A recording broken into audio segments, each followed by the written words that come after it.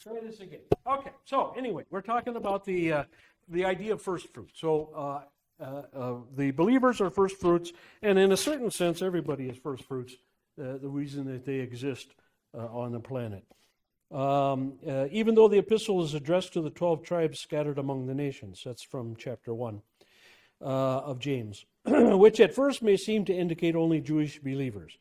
But understanding that the lump of dough and the olive tree illustrate the same truth, the part of the dough that was sacrificed as first fruits corresponds to the roots of the tree. So as I said, that part that is given, this is the Jews, the believing ones, the ones who did accept Jesus as Messiah, okay, which were not an insignificant number. I mean, think of Pentecost, right? 3,000 baptized on one day. So that's, I mean, how many people were in Jerusalem at that time? Do you have any idea? Over 100,000. Oh, many more than that. Many. About 1 million. About 1 million people were in and around Jerusalem at Passover during those years, during the first century, say. People, Jews coming from all parts of the world and from all parts of Palestine, and they came to Jerusalem for Passover.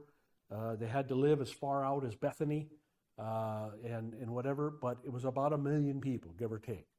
So if God brings in 3,000 are baptized on one day in Pentecost, that's not an insignificant number, but it's a pretty small percentage. Okay, what's 0.01, 0.03, something like that? So yeah, and yet that's the case. Paul speaks of Israel as the branches of the tree, and of the Gentile Christians as branches that have been grafted into the tree. Therefore, the tree cannot be identical to Israel itself. It must represent something else of what Israel and Gentiles are both a part. Okay, this is an important, I can help you with this, all right? Because I did this for a living when I was growing up, all right? So you've got a tree, okay? Only two kinds of trees, no, that's not. Only two kinds of trees work well as survivability when it comes to citrus fruit, okay? So you've got a tree, okay? Okay? Two kinds of trees.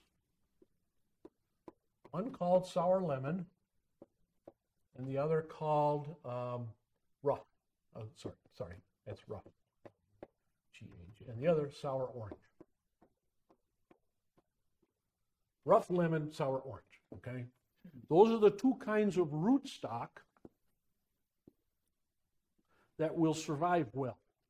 Okay, you try other rootstocks, it's not going to work. So those are the two kinds of rootstock. Now, the fruit of those things is just what it says. Rough lemon is very rough, not a lot of fruit, tastes terrible. You wouldn't want to put it in your iced tea, okay? Sour orange is just that, sour. Again, the skins are real rough, the skins are real thick. The pulp is not sweet at all. It's very dry. It's not usable, okay? Even the animals won't eat it, all right?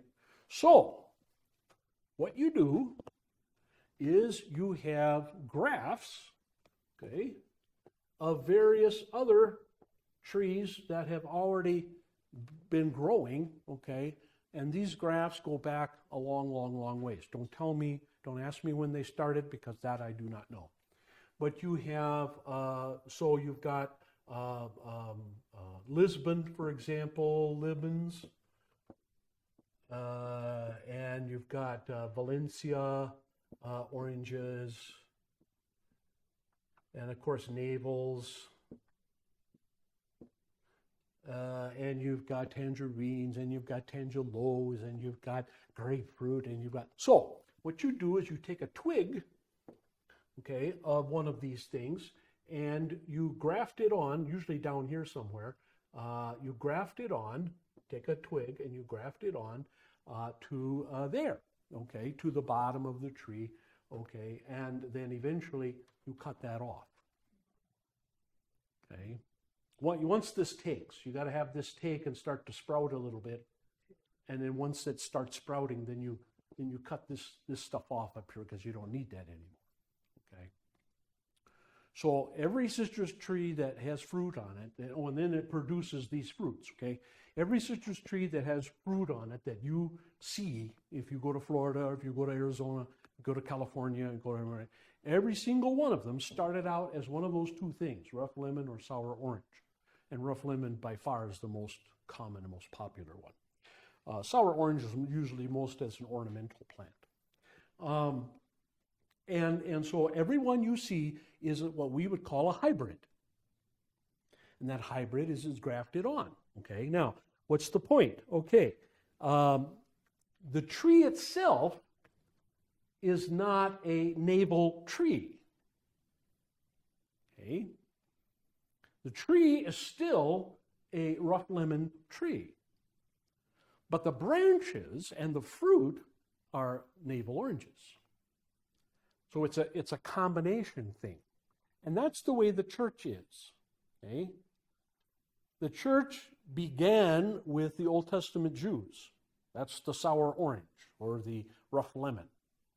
Right? And the Gentiles were grafted on to it to produce fruit. The rough lemon did not produce fruit, or at least not usable fruit. And then the Jews, the unbelieving Jews, were cut off. Now, can they be grafted back in? Yes, they can be grafted back in. If the tree is diseased tree, if, for example, part of the tree starts to die and you need to give life back to that tree, you will take some of those other grafts and you will put it in there. Okay, so the point that Paul is making is that you cannot say ever that the Christian church or the church of all believers is all one thing or all another. You can't say, well, it's all Jewish or it's all Gentile. It's not. It's both. And in a way, it has always been both. You know why I say that? Think about how many Gentiles were already grafted into the tree from the very, very, very beginning.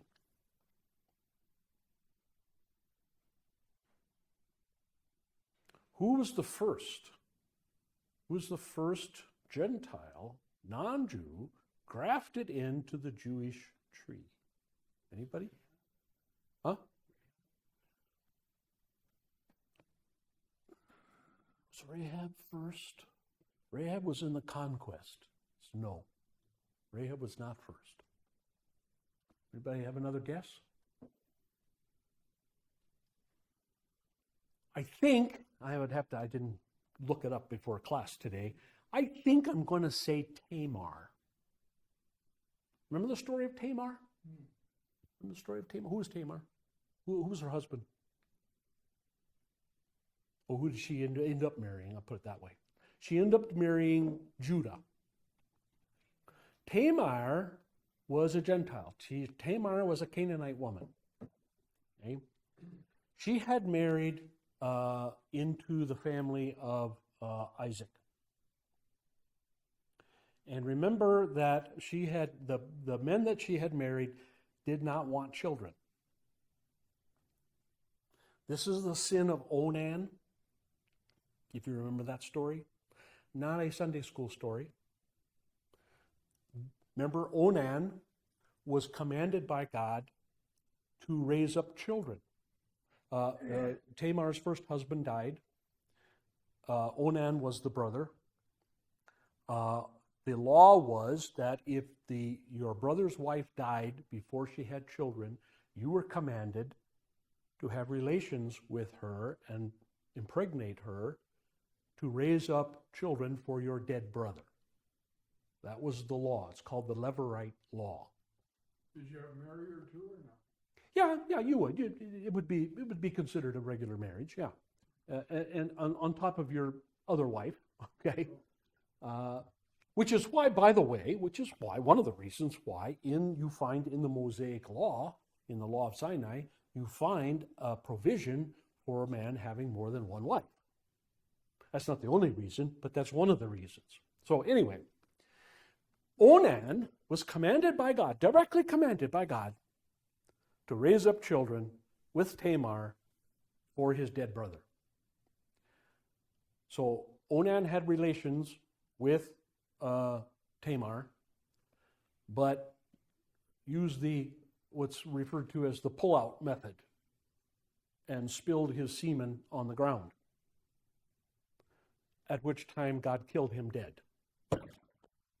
He fell over dead. Okay? Now, this was the second time this had happened to Tamar. Right? The reason her first husband died was the same thing. Her first husband didn't want children either. And so God killed him. And then ordered Onan to do the same thing, and Onan refused, and so Onan was killed. Tamar was out of luck. She needed to have sons so that she could be taken care of in her old age.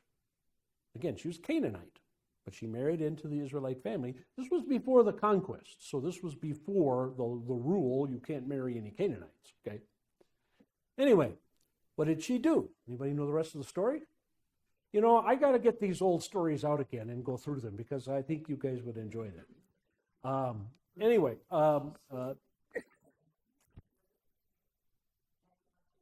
yes, very good. Yes. She went out. She went on a corner, a fork in the road. Okay, and a fork in the road, a place was well traveled. Okay, and as hookers do, that's where you hang out. Okay, so she dressed as a prostitute. We're not sure exactly what that means. She dressed as a prostitute, and when Judah came walking by, now remember, Judah is old enough to be her father, because Judah is the father of the two guys that were killed by God. Okay, so Judah's walking by. I forget where he was going. He was going to a sheep shearing or something like that. Anyway, he was on his way, and she, hey sailor, are you new in town? Or whatever, what's the thing, okay? And so Judah goes in and has sex with Tamar and impregnates her, all right? He leaves behind a couple of tokens, okay, because he says, I don't have anything to pay you now, I'll pay you later. And he leaves a couple of things with her, okay, so that she will have a security deposit, so to speak, okay? Later on, she shows up at Judah's compound where his family is and everything, and she shows up and she says, hey, Judah, I said, you recognize these things? Yeah, I gave them to a prostitute down in the corner. Guess what? That's me. All right. Luckily, Judah did the right thing, took her in, raised up her son, and so on and so forth, and all that. And so that was a good part of the story. But I believe, and I could be wrong, but I believe that Tamar probably is the first Canaanite. So half of Judah's whole tribe is Canaanite. Has Canaanite blood. Half. Okay? So I think we also know another one. Joseph. Who was Joseph's wife? She was the daughter of Pharaoh. Again, Pharaoh's a Hamite. He's not a Semite. He's a Hamite. The Egyptians are Hamites. Okay? So again, not part of the chosen people. And so you've got two huge tribes, Manasseh and Ephraim, who are both 50% non-Jewish. Two whole tribes. Okay? So you've got all kinds of Gentiles being grafted in. Rahab, a good one? Good. Yeah, Rahab was one. Well, who's another one? Think of another one. Very important. A big chunk of Jewishness comes from this family. Who's another one? How about David and Bathsheba? Bathsheba was a Hittite. Again, Hamite, not Semite. Bathsheba was not an Israelite woman. And she gave birth to Solomon. And it is Solomon who is the direct ancestor of Jesus Christ. Yeah. So again, that whole tribe, David was from the tribe of Judah too. So Judah has been grafted onto by Gentiles once, grafted onto Ruth. Ruth was a Moabitess. Okay, that was David's grandmother, right? David's grandmother was not Israeli. So by the time you get to Solomon, you would say maybe Solomon's 25% Abrahamic. Maybe. Huh? So what have you got? You've got already a lot of grafting going on. And this is by God's doing. Obviously, it was God who led Joseph to Egypt and had Joseph marry Pharaoh's daughter, and et cetera, and the whole business with Judah and Tamar, and the whole business with Rahab, her and Ruth. I mean, who called Ruth's husband out of this world? God. God is the Lord of life and death. Right? Both Naomi and Ruth's husbands died, and they died relatively young.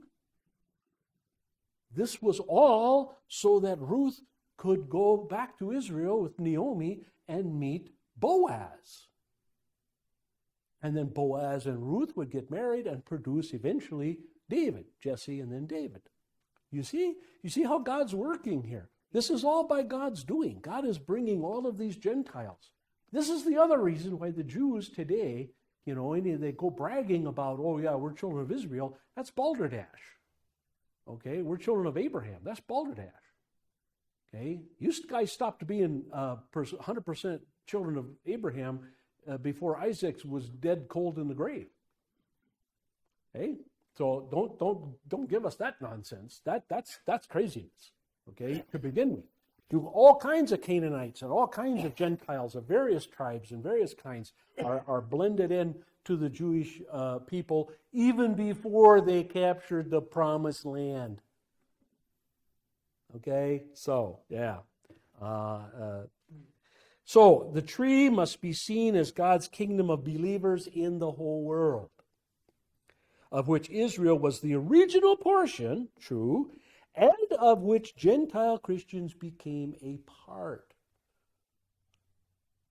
So the tree is not just Israel, or not just a Gentile. It's both. It's all believers, no matter what tribe or whatever you come from. Okay? The tree may also be symbolic for God's covenant. Okay? God's covenant really was with the world. God's first covenant was with who? Adam and Eve. Adam and Eve. He made his first promise to Adam and Eve. I will send you a Messiah, I will send you a deliverer who will crush the serpent's head. Remember? That's the first covenant. Okay? So God's first covenant is made with the world. Okay? All right. Paragraph 11. In the illustration of the tree, the application is widened to the Gentiles who are grafted upon a tree of which they were originally not a part. So they are brought in. Now, a grower does not normally graft a slip from a wild fruit tree to a cultivated fruit tree. Just like I said, the rough lemon or the sour orange is wild, so to speak. It's very hardy, though, and that's why we use it. We use it because it will withstand disease, it will withstand cold, it will withstand dryness, it will withstand, it's much better. If you would take just a pure hybrid, and it would not survive as well. And so we like to use that rootstock because that rootstock is tough. It's hardy. Okay, it's going to withstand wind and rain and weather much better than anything else. Okay, but you don't usually, once you've got the good tree going, once you've got a nice, perfect navel orange tree, for example, you're not usually, that's the key word, you're not usually going to take a piece of that wild tree again, rough and sour, and graft that into that nice cultivated hybrid tree. You're not usually going to do that, with one proviso.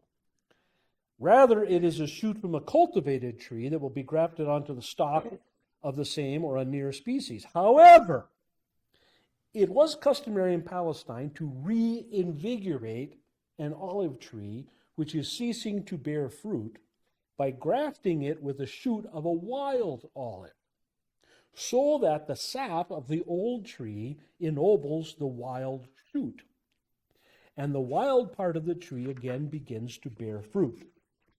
Indeed, a similar process was familiar in many Roman areas, that when an olive tree produces badly, a slip or a shoot or graft of a wild olive tree is grafted onto it, and this gives new vigor to the tree. It seems that the olive tree was a well-known symbol of the nation of Israel. Well, before I go on. So, again, as I said, we do the same thing. You got a diseased tree, you got a tree that's not producing fruit, you will do the same thing. You will graft back on that sturdy, hardy, healthy fruit or non-fruit bearing, and then get that going, and then graft that cultivated part onto it again. And this will reinvigorate the tree, and you can save the tree. Okay. Now, granted, that's a lot of work, and we don't usually do that unless, for whatever reason, we don't want to plow the entire grove down. And so maybe we want to save that grove a few more years, and so you want to reinvigorate some of the trees in there that have a disease or something. Okay, so it's very detailed work. It's very there's a lot of effort that goes into it, a lot of planning that goes into it, and it therefore costs money. And so you don't do it often, but you do it now and then. I remember an entire grapefruit grove, for example, in the old part of the ranch that the old man, my dad, wanted to get another 10 years out of. And man, we cut that back to almost nothing. We cut everything off, all the disease stuff off it, and we gave it lots of medicine and everything like that. And then we grafted some old growth or some rough lemon growth on it. And then once that took about a year, and then we went back and we grafted on more grapefruit grafts, and we were able to get another 10 years of production out of that grove. So once in a while, it's cost effective to do, but not always. So, It takes several years for those grafts to grow big enough to be productive? Yeah, it takes about 3 years. So we would have not much crop. Let's say we'd get a crop maybe the second year, but it wouldn't be worth picking. Third year we would probably pick it, and then we get maybe 6 or 7 more years after that, and then finally, okay, enough, and to bulldoze the whole thing. And better than starting over from scratch. Yeah, a lot of times it is. Well, it depends on how much seed money you have. If you have a bad year, and you didn't make a whole lot of money, you don't have the money to buy trees and plant trees. That's very expensive, and you don't have the money to go without a crop for 5 years, for example. When you got brand new tiny little trees, it's going to take about 5 years. So you don't have that kind of time. So yeah, I'm not a math major. The old man was, and he could work it all out on a slide rule, and decide, okay, this grove we can save, that grove, forget it. Yeah, you had a question. Well, it kind of makes sense when you read the other scriptures that talk about the Lord pruning his back. Yes, right, yes, yeah. Yeah, I can see that. Yeah, when I was on the pruning crew, it was always amazing to me. One of the things I always liked to do was go back to the grove a year later. I would be in a pruning crew, and we would work on a tree, for example, and we just prune the heck out of that tree. I mean, we would just cut like crazy, because you want to let light in, you want to let air going through there, you want to dig around the roots, maybe it's got like a disease like Phytophthora, for example, and you have to put medicine on it and all kinds of stuff. And then I would like to go back. I take my girlfriend, my wife now, but we would go riding out into the ranch, out into the groves, and I would find a tree that I worked on the year before, and I would find that tree and see the new growth and the crop, much better crop. I had a good friend, pastor friend of mine, who's recently passed away, but he had a house in Tucson, and he had a Meyer lemon tree. He had a Meyer lemon tree in his backyard. This is the lemons that are kind of orangish in color and were very sweet. And his wife loved them. But the tree wasn't producing. And it had tons of dead wood, and it had tons of suckers, and it was just a mess. And I told him, I said, look, if you'll cook me dinner, I'll come over with my pruning shears, and I'll prune that tree. And so I got in there, and it took me all day. That tree had not been touched for, I don't know how many years. Took me all day. And the pile that I took out of that tree was bigger than the tree. And as I'm working, as I'm cutting all this stuff, the wife comes out and she's just, oh, what are you doing to my tree? Oh, what are you doing to my tree? Oh, you're killing my tree. Oh, you know. I said, no, believe me, dear, this is necessary. I know it's painful, but it's necessary, okay? You got to cut. And I was cutting branches this big. I had my pruning and I had my saw out, you know, and I was just going to town on this tree. And when I was all done, you know, I stood back, looked at it, and I said, okay, that's a good-looking tree now. And she said, dude, there's no fruit on it. There's hardly any leaves left. And I said, yeah, just give it time. The next, well, it wasn't even a whole year. It was, I did that in the fall. No, I did that in the spring. I did that like February, March. And the crop started coming in August, September. In September, he calls me on the phone and he says, do you need some lemons? And I said, no, why?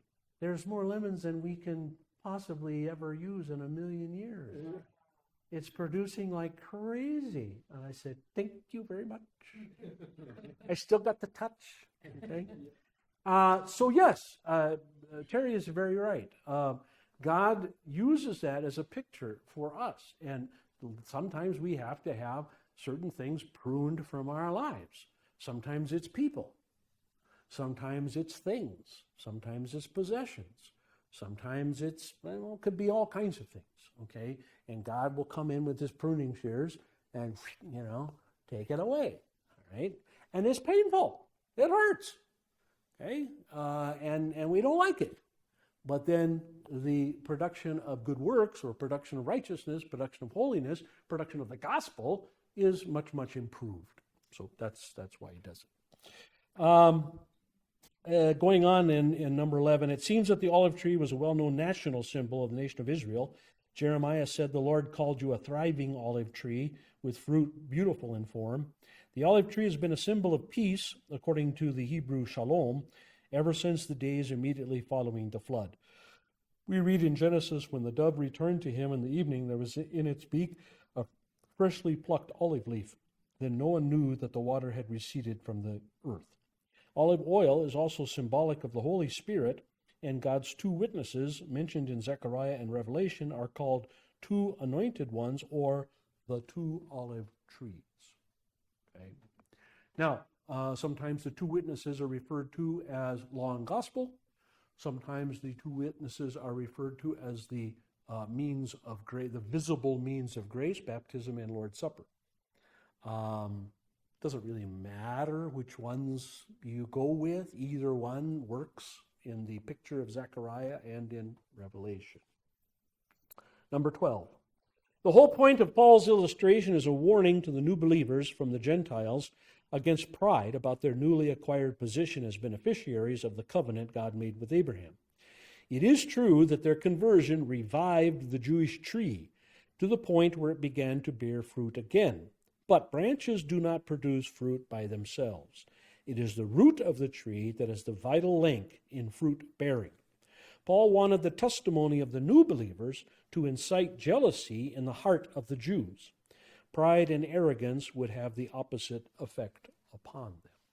And so what he wanted, what God was hoping, was that the Jews would see the Gentiles living a righteous and holy life, especially in comparison to theirs, who was very legalistic and pharisaical, okay, and then be jealous, zealous to do the same, and therefore accept the gospel.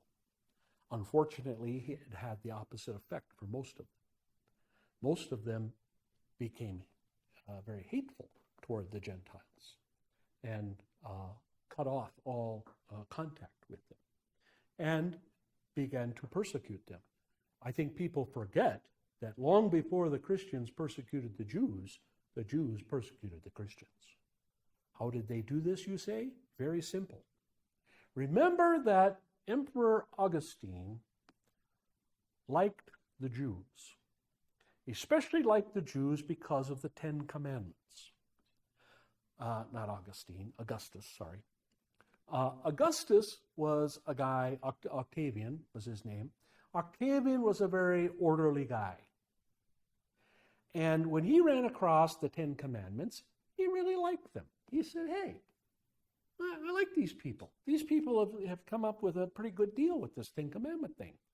And he read some of the Old Testament, and he read some of the Jewish historians and stuff like that. And he said, these people have got it together. I like these people. And so when Octavian became Emperor Augustus, the first Roman emperor, he made some decrees. One of the decrees was that Jews do not have to convert to Roman religion when they are brought into the Roman Empire. Every other people in the entire world, okay, if the Romans conquered France or Germany or England or wherever they conquered, okay, Spain, North Africa, you were required, as a person under Rome, you were required to worship the Roman gods. That was a rule. And there were no exceptions up until the time of Augustus. And then Augustus said, let the Jews alone. Let them be. Don't mess with them.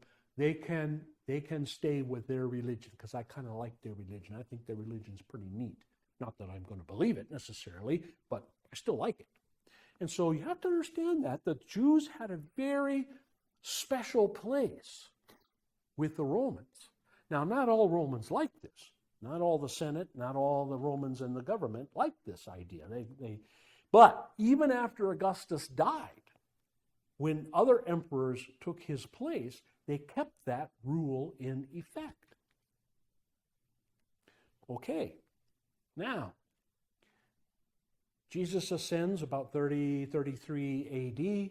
Christians start to spread, of course, with Paul from Damascus, Antioch. Eventually, Christians come to Rome.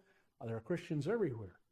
For the first 30 or 40 years, maybe longer in some places, maybe 100 years in some places of the Roman Empire, but at least in the first 30 or 40 years in Rome, the Christians got away with everything because the Christians were seen as a Jewish sect, that is, a Jewish branch of the Jewish religion. Okay? The Roman emperors in the 30s and 40s, 50s, up to the 60s, okay, did not see the Christians as a threat to their religion, to the Roman religion, because they thought that the Christians were just another kind of Jew. And the Jews didn't really do anything or say anything to change that idea until the time of Nero. During the time of Emperor Nero, there were certain Jewish writers, Jewish philosophers, Jewish scholars, who began to say to the Roman authorities, hey, these people called Christians are not part of us. We deny them, which is not true. As we all know, Christians are, that's how we started out. We started out as Jews, and we still accept the Old Testament, right? So that was a lie for the Jews to say to the Romans, these guys aren't Jews. On the other hand, you could say, well, it's true in a sense because the Jews still around at that time did not accept Jesus as their Messiah, where the Christians did. So, of course, you've got a split religion. The point is that the Jews turned on the Christians first and turned them in to the Roman authorities. In other words, the Jews went to the Roman authorities and said, hey, we deserve this privileged status because way back when the first Roman emperor, Augustus, he liked us. And so all the other emperors kept following this rule. And they followed the rule as long as the Western Empire existed. The Christians don't deserve to be part of this rule. And the Romans up to that time had included them in the rule. And so did not make the Christians worship Roman gods. During the time of Emperor Nero, the Jews insisted that the Christians be forced to worship Roman gods.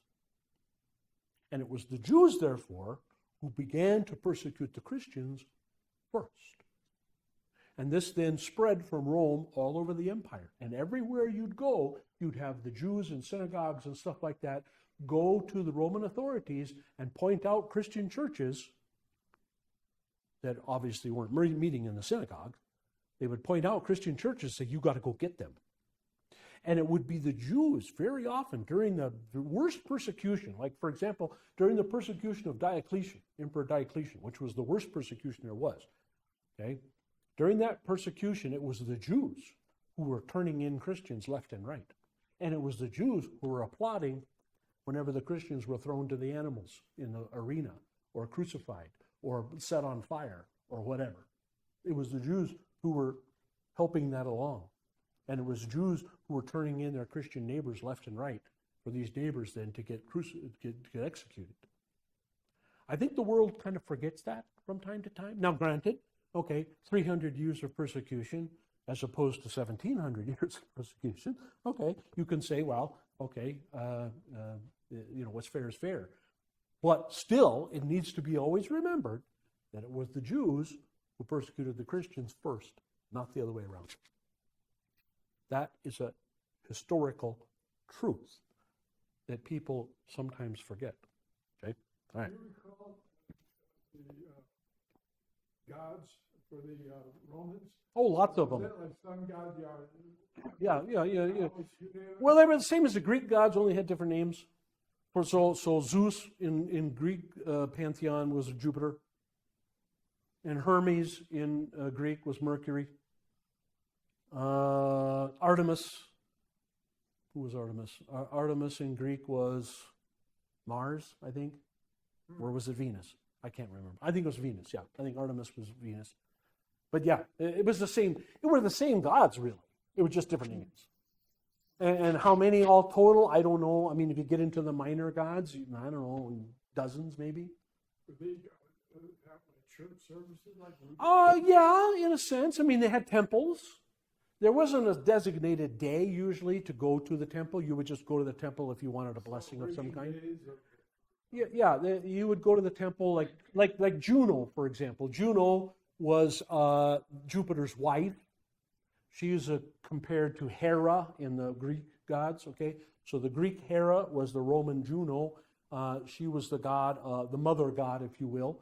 And if you were going to get married, for example, you would go to the temple of Juno, and you would maybe sacrifice an animal or something like that, and then get blessed by the priest. If maybe you wanted, let's say you wanted children, you might go to Venus's temple and have sex with one of the temple prostitutes, and that would supposedly guarantee you a fertile wife or a fertile, whatever, having children. So it was, the temples were all there in Rome, temples of all the various gods. And of course, then they had the Pantheon. Okay, the Pantheon was dedicated to all the gods of Rome, and you had pictures of them all, or statues and whatever, all over the place. Okay, Pantheon still is there, by the way, and still is, what is it, the largest concrete, unsupported dome still in the world. Yeah. It's got an oculus in the middle. That's, you know what the oculus is? That's the eyeball of God. The oculus is in the and so that the gods could look down upon whatever's going on in there. Yeah.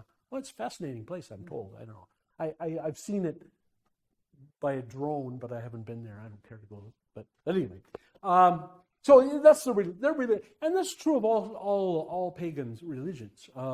Christianity is unique, or was unique, not anymore, but it was unique in that it had. Judaism first, and then Christianity, and then that had the designated day of worship. Most other pagan religions don't have designated days of religion, except for now Muslims do. But if Hindus don't, as far as I know, Confucianists don't, Buddhists don't. Most religions don't have a designated day of worship, or in some cases even a designated place of worship. Yeah, most of the pagan religions, you just go to a temple for a particular purpose, particular reason. Oh, and of course you would have a shrine of that god, your favorite god, or maybe more than one. You would have a shrine of those gods in your house. That was big too. So you didn't have to go anyplace on church day. You could just stay home. Kind of like we have the internet, Paragraph 13. Oh, gotta go. It bears noting that pride and arrogance on the part of far too many Gentile believers has played a large part in the unwillingness of Jews to accept Jesus as their Messiah. That needs to be emphasized. Because of this betrayal or seeming betrayal or seen as betrayal of the Jews of the Christians early on, the Christians then got this attitude of, we're going to get you back. Boy, when we come into our own, look out. So when Constantine, the Emperor Constantine, became Christian in 313 and legalized Christianity, Christians began right away getting back at the Jews. And of course, as I said, 1700 years plus, that's what they've been doing. And it's very unfortunate because any hope, I mean, think about it, any hope you had of the Jews taking seriously the gospel is kind of muted and wiped out when the people of the gospel are butchering the Jews. You're not likely to believe the religion of the person who's putting you in a gas chamber or whatever. You're not likely to do that. That's not going to happen, right? So this was a bad mistake on the part of the Christians. Bad mistake. Unfortunate. Yet the essence of faith is acceptance of God's grace, which leaves us all without any reason for boasting. If grace means pardon of sin, one must be a sinner to begin with in order to receive that pardon. Of what then do Gentiles have to be proud? The danger of boasting is that the focus of our faith will shift, and we will slip into the same condition of unbelief which caused the rejection of the Jews. The only fruit we can bear as Christians is the fruit of the Holy Spirit. If we cease to be productive, what reason would God have to keep us within his covenant, or I would say, to keep us around at all? Our eternal security is just as much a matter of faith as is our salvation. And faith does not bear fruit, cannot be called true faith, according to the Apostle James. We'll stop there. This again is where James and Paul come together. Okay? It doesn't do any good to call yourself a Christian if you're not producing holiness, righteousness. And holiness and righteousness, in turn, hopefully will and can attract people to the gospel. So this is what I try to get across to people. It's fine to be conservative. It's fine to be Orthodox. It's fine to be biblical. But when you become legalistic, when you become Pharisaical, when you become judgmental, that is not going to attract people to the gospel at all. And sometimes Christians, I think, get confused. We want to certainly stand up for goodness and righteousness. We certainly want to stand up. We don't want to condone, let's say, homosexuality. We don't want to condone trans whatever. We don't want to condone lax morals. Okay, that's fine. No problem. I have no problem with that. But at the same time, we mustn't condemn people and judge people when sometimes they do those things. Okay, we have to understand that they are being led by Satan. We have to give them some mercy, some charity, at least to begin with. Hopefully they will become penitent, and hopefully they will be converted. But this is the problem with a lot of American believers today, is they conflate in their minds, they conflate the idea of being biblical, conservative, Orthodox, Lutheran, whatever, with being right, with being good. They conflate these two things, and they forget that they're sinners too. And so when they condemn somebody, and you know, again, I'm not saying you should tell the homosexual that they are right. I'm not saying that. Okay? But remember, when you're pointing at the homosexual to say, hey, you're a sinner, remember that's coming from a sinner. Okay? Your sin is not the same, okay? But let's remember that. Okay? Remember when we're going through the Sermon on the Mount on Saturdays. Very important. You know, I think the entire congregation, and every congregation really, needs to go through that Sermon on the Mount more often. They need to understand what it means. Don't judge lest you be judged. They don't seem to get it sometimes. You know, well, I don't want to condone laziness, and so I despise the homeless or whatever. No, don't despise them. Feel sorry for them. Okay, find some way, hopefully, to help them the best way you can. Okay, if that means contributing to Vincent de Paul or Salvation Army or whatever, then fine, then do that. Okay, but don't mix up the two. Don't get those two things mixed up. Yes, these people are sinners. Yeah, but so are we. And let's keep things straight. Okay, let's keep things understandable here. So we're not getting into the same position that the Jews got in Jesus' day and become so prideful and arrogant that eventually our faith is ruined also. Okay? All right, let's close. May the grace of our Lord and Savior Jesus Christ, the love of God the Father, and the fellowship of the Holy Spirit be and abide with us all. Amen. Remember Edith Bryant? Oh yeah. Oh yeah. Yeah. Yeah, she of course she was right in a lot of ways, but This is what she said. She said, and there were some gay people that